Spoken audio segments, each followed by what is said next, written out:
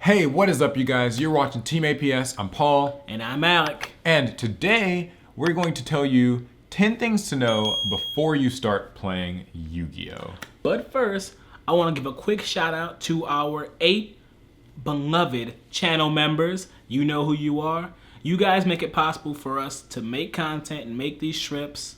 Yeah, so if you didn't know, YouTube actually has a feature where you can become a channel member, and by paying a monthly amount, you can support our channel. Like you said, it's how we get products, it's how we make ambitious new videos, how we go to events. So, yeah. Really, they are the real Team APS. We just have the name. Yeah, we're the actors. So, today though, we're gonna talk about things that you should know before you start playing Yu-Gi-Oh!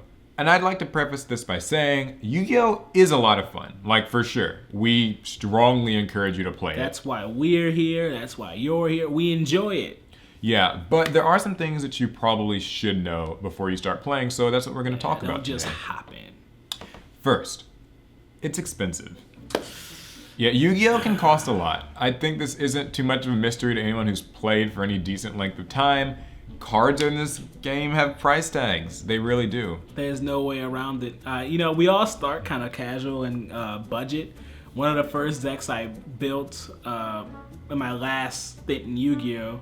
Was like Senju. It cost me nothing. But then I quickly wanted to build like Shaddolls. And then I learned these cards have real price tags. Yeah, I mean that goes for every deck at some point. If it's like a competitive one, it's gonna have some pricey cards. That goes for a lot of staples in the game.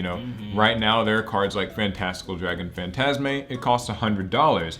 You don't absolutely have to play a lot of these cards, but sometimes to compete you will need them.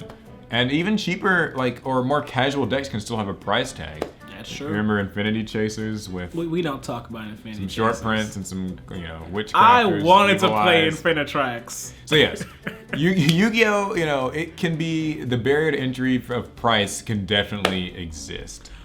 But Yu-Gi-Oh can be expensive, but you can also play on a budget. Tis true. Although we're sitting here telling you, cards can cost upwards of $100, you don't actually have to play any of those. Yep. There's actually very powerful and useful cards that are very cheap, like Pankratops. Yeah, we've actually made a video of several different cards that you can get for less than $1 each. Lots of budget cards that players should pick up. You can check those videos out. I'll have links. But the point is, you don't actually have to spend hundreds and hundreds of dollars on a Yu-Gi-Oh deck. There will be players that do, and there will be players that, will win a lot with those decks. But it doesn't mean you can't enjoy Yu-Gi-Oh! On a budget. There are plenty of things you can build for less than $10 or $20 or $50. Suspicious I mentioned those amounts. We've made videos about that, haven't we? Aha. Yes, Yu-Gi-Oh! There's price ranges, but I think everybody can find a safe, comfortable place to play. What's next, though? So, our next point is Yu-Gi-Oh! Can be complicated. Yeah, for sure. There's really no way around it. As Yu-Gi-Oh's evolved over the years, we've added new mechanic after new mechanic after new mechanic. And it's not the same game that Yugi and Joey were playing. It's just not. For sure. You're going to have to learn a lot of things. You have to learn how to make synchro monsters, Xyz monsters, pendulum monsters, link monsters. They each have their own set of mechanics. The TV show does not teach you how chains work or spell speed or any of that. Yeah, that's outside of, lots of small intricate things like cards missing the timing, or, the difference between a summon that resulted from an effect versus a summon that doesn't start a chain, and an effect that's part of resolution or part of a cause. What is chain blocking? All these crazy things. Yu-Gi-Oh! Can be a little bit overwhelming in those cases, and there is a lot to learn. However, Yu-Gi-Oh! Also has plenty of decks that are very easy to pick up and play. Oh yeah. We've made some videos about them, but one that comes to mind for me, for instance, is For Hires. It's a deck that has very simple monster effects. All the monsters just summon themselves out, and they get simple effects. You read what's on the card, you do it, and it works. And Yu-Gi-Oh's got plenty of decks like that. I mean, there are a lot of straightforward I mentioned them just strategies. like a point ago. Senju is a very straightforward set, and they're getting support soon. So if you are looking to get into Yu-Gi-Oh, that's a great archetype to start off with. And if you find normal Yu-Gi-Oh to be a little bit too much, there's even Speed Duels, which is a new format Konami recently introduced that basically is a kind of some would say watered down, but I think just a beautifully simplified version of Yu-Gi-Oh! And it's not just older cards. They do mix in some of the kind of lackluster newer cards. Yeah. But they add a lot of spice to the game, and I really appreciate it. Yeah, we've been having a lot of fun with speed duels recently. It's been a good time. We do like house tournaments and we build different decks. Yeah, it's a great time. Moral of the story is, although Yu-Gi-Oh! Can seem complicated, it doesn't have to be. Yeah, it's as complicated as you want it to be. So next, the community in Yu-Gi-Oh! Can feel very divisive. It can feel a little bit overwhelming at times. People can seem mean. Yeah, but that's really the internet in general. Yeah, I mean, if you hop on to our Yu-Gi-Oh! Or, some Facebook group or even the comment section of some of our videos. Yeah, a Discord server, wherever, you'll find, players who will shame you for being overly competitive. Or they'll shame you for not being competitive enough. Yeah, they'll bash your favorite deck, they'll bash your favorite cards, they'll say you're making mistakes and you should quit. And all kinds of ratios are horrible bad, things. your texts are bad. Yeah, you don't know how to play this game, you're awful. But that's really just online. See, Right. Yu-Gi-Oh! Players in real life are much nicer and easier to get along with. Yeah, I think that when you kind of take a step off the internet and away from the computer screen where a lot of arguments happen and people are fighting and bickering, you'll find that really most Yu-Gi-Oh! Players are pretty cool people and they're willing to help and they're a lot friendlier and just more sociable in person. It's crazy. As scary as locals might seem, you'll meet a lot more nicer people than bad people. Yeah, for sure. And there are people who are willing to help. Your local judge, right? They're there to answer questions for you. A lot of times the best players at your card shop would be more than willing to, give you pointers, point out things that you can change in your deck.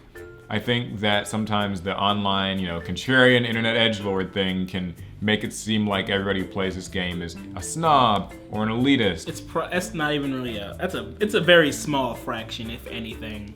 Yeah. And so the good news is that really is just something that's on the computer. You actually go to a Yu-Gi-Oh! Tournament, make some friends, I promise. It'll be much smoother. We're good people. Maybe. So our next point is, not all decks are created equal. Yeah, this is something that can be a little bit tough when getting into Yu-Gi-Oh! A lot like how complicated the game can be and how expensive it can be. A lot of decks are not as good as other decks. And honestly, it's from the jump. It's not that, some decks just turn into something worse. No, certain decks, the very first word of their text tells you, Yeah, everything. out of the gate, some stuff is really strong. I always remember Maliseverus. Yeah. That's not much of a deck, but it was an archetype. Yeah, there are some archetypes and some themes that just don't really work all that well. And when you play and you want to build those themes, it can sometimes feel a bit unfair. I want to build a Nephthys, for instance, or a deck like that. But as it turns out, that's maybe not the strongest deck. And it can be a little bit discouraging. You just have to keep in mind what you're playing. Yes, that's the contrary to it. Because even though some decks are really strong, you've got your Sky Strikers, your Salamangreats, and your broken strong decks, you don't actually have to play against those decks. If you're just playing with your friends, or you're just playing online, you won't have to deal with that all the time. I hate to put it this way, but you kind of got to stick to your tier as far as your Yu-Gi-Oh! Deck. Because if you try and battle up tier, you will probably end up frustrated. Yeah, it can be frustrating, honestly. I mean, you play these powerful decks, they can be really overwhelming.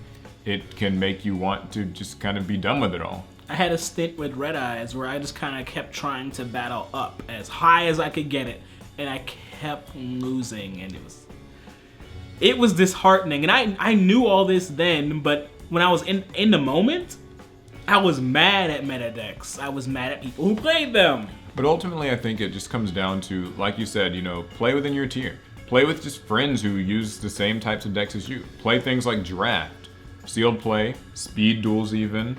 I'm really pushing them today. But, I mean, it really is fun. I like Speed Duels. But, if you do play in regionals and you do play in YCS events, you can expect to see some decks that have a pretty big power gap. It can be a little uninviting. So what's our next point? All right, so the next thing is Yu-Gi-Oh! Can be overall very frustrating.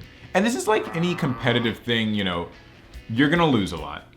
You're There's going no way around it. You're gonna face decks that are annoying. You're gonna face price barriers. You're gonna face people who can, soil the experience a lot of times. Ooh, I've told this story once and I'll tell it again. That kid who took Dino Rabbit to my local scene. Oh yeah, it's a long time ago. Tell us about it. We were just a bunch of college students having fun playing whatever our favorite decks were. And usually in those situations, the decks aren't that strong. The strongest decks we had were Dark Worlds, and there were some Light Swans. And we really hadn't messed around too much with like Xyz monsters, at least nothing good. Thank you, Shockmaster. Well, one day this kid shows up. He was younger, but fairly competent. You could tell he played in tournaments. He showed up with Dino Rabbits and proceeded to stomp us. Yeah, that happens. Over and over and over and over. Yeah, I mean, Yu-Gi-Oh! There's deck tiers. There's powerful cards that will be really annoying. Ash Blossom's one that a lot of people hated for a long time. Ooh. Evenly matched. Currently, there's Still hate evenly matched. Boral Sword Dragon. There's lots of cards that, you'll get OTK. You'll deal with burn decks. You'll feel like there's nothing you can do. Stall decks, all these horrible things.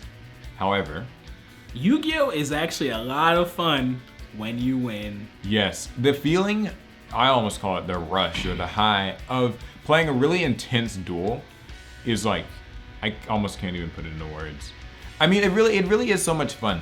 Like, yeah, there's annoying decks, yeah, there's annoying people, yeah, it's expensive, we get it. But when you're just at the table playing against, a really competent opponent with a deck that you've practiced a lot with, fine-tuned, You've put in all the necessary work. you've studied, and it's just, you and the person across the table from you, and you're just playing good Yu-Gi-Oh! It's a a lot of battle fun. of wills. Yeah. It's not my card was the stronger, these cards are sacky. No. Oh, dice rolls. We both prepared, I won. That's when Yu-Gi-Oh! Is the most fun. Yeah, it really is. And if that wasn't the case, then, people would have quit by now. Yeah, none of us we would all be here. complain, about all these things, but if Yu-Gi-Oh! Wasn't fundamentally fun, satisfying to play, And a little addictive. We're yeah, live. we wouldn't all be here. So, yeah, that's 10 things that you should know before you start playing Yu-Gi-Oh! The good and the bad. For sure. And so if you guys like the video, be sure to give it a thumbs up and subscribe for more Yu-Gi-Oh! We make discussions like this and also fun skits and other things. Catch us on Twitter and Facebook. Yeah, and of course, check out our channel sponsor, TCG Player. You can actually pick up any Yu-Gi-Oh! Cards or products that you want, and lately they've been doing kickback sales literally like every week. Yeah, so when you spend, you get some of that back. Yeah, as store credit. It's great. So check out the link in the description to go there. And also Inked Gaming. They're another channel sponsor if you're looking for a Yu-Gi-Oh! Playmat. Or a custom playmat. You can get one of ours or make your own. Use the code APS10 and you'll get 10% off. 10 for 10. All right, that's going to be it. We will see you guys in the next video. Pass CERN.